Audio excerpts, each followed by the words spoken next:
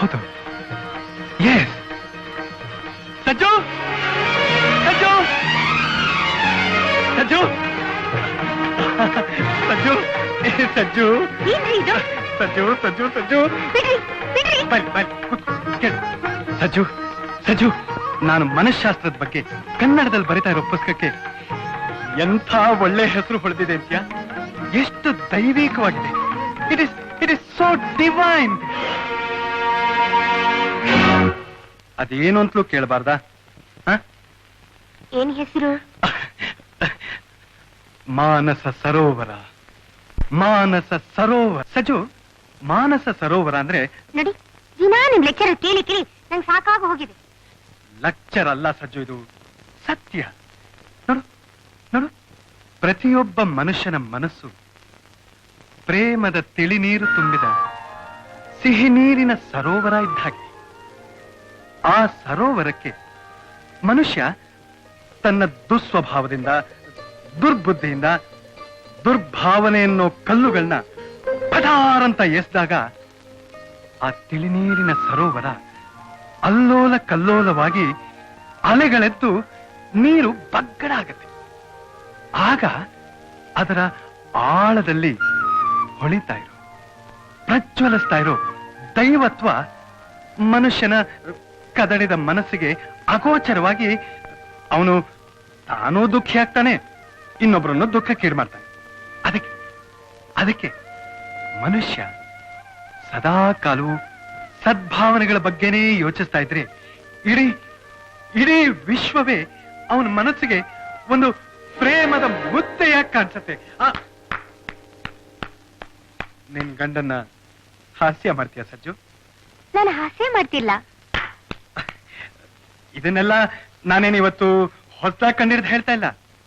ಕೃಷ್ಣ ಹೇಳಿದ್ದು ಇದನ್ನೇ, ಕ್ರೈಸ್ಟ್ ಹೇಳಿದ್ದು ಇದನ್ನೇ. ಆದ್ರೆ ಇದನ್ನೆಲ್ಲ ಮರ್ತಿರೋ ನಮ್ಮ ಸಮಾಜಕ್ಕೆ ನನ್ನ ಕೈಲಾದ ಮಟ್ಟಿಗೂ ಜ್ಞಾಪಿಸ್ಬೇಕು ಅನ್ನೋದೇ ಈ ಪುಸ್ತಕ ಬರೆಯೋ ಪ್ರಯತ್ನ. ನಿಮ್ ಈ ಪ್ರಯತ್ನದಿಂದ ಸುಮಾರು ನಮ್ಗೆ ಎಷ್ಟು ದುಡ್ಡು ಸಿಗ್ಬೋದು?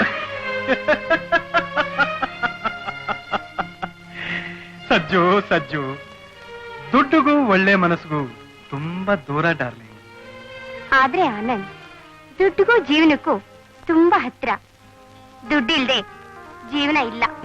ಸಜ್ಜು, ಸಜ್ಜು, ಸಜ್ಜು, ಸಜ್ಜು, ನೀನು ನಿನ್ ಮನಸ್ಸಿನ ಸರೋವರಕ್ಕೆ ದುಡ್ಡು ಅನ್ನೋ ಒಂದು ದೊಡ್ಡ ಬಂಡೆ ನೆತ್ತಾಕೊಂಡು ಅದನ್ನ ಬಗಡ ಮಾಡ್ಕೊತಿದ್ದೆ ಅಷ್ಟೇ. ನೀವು ಅಷ್ಟೇ. ದುಡ್ಡು ಅಂದ್ರೆ ಬೇಡ ಬೇಡ ಅಂತ ನಿಮ್ ತಲೆ ಮೇಲೆ ಚಪ್ಪಟಿ ಹಾಕೊಳ್ಳೋದ್ರೆ ನನ್ನ ತಲೆ ಮೇಲೆ ಇಳಿತಿದ್ದೀರಾ.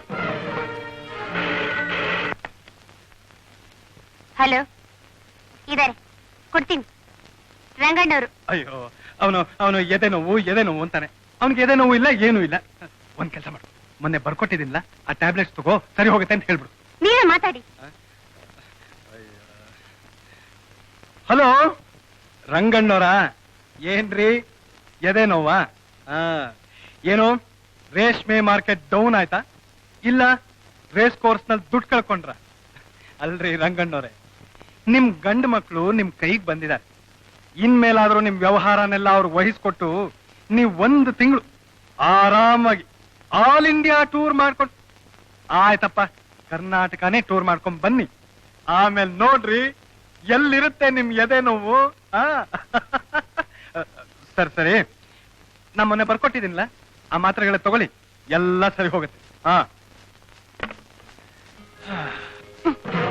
ಅಲ್ರಿ, ಅವ್ರ ರೇಷ್ಮೆ ಮಾರ್ಕೆಟ್ ಡೌನ್ ಆದ್ರೇನು, ಅವ್ರ ರೇಸ್ ಕೋರ್ಸ್ ಸೋತ್ರೇನು, ನಿಮ್ಗೇನಾಗ್ಬೇಕಾಗಿದೆ?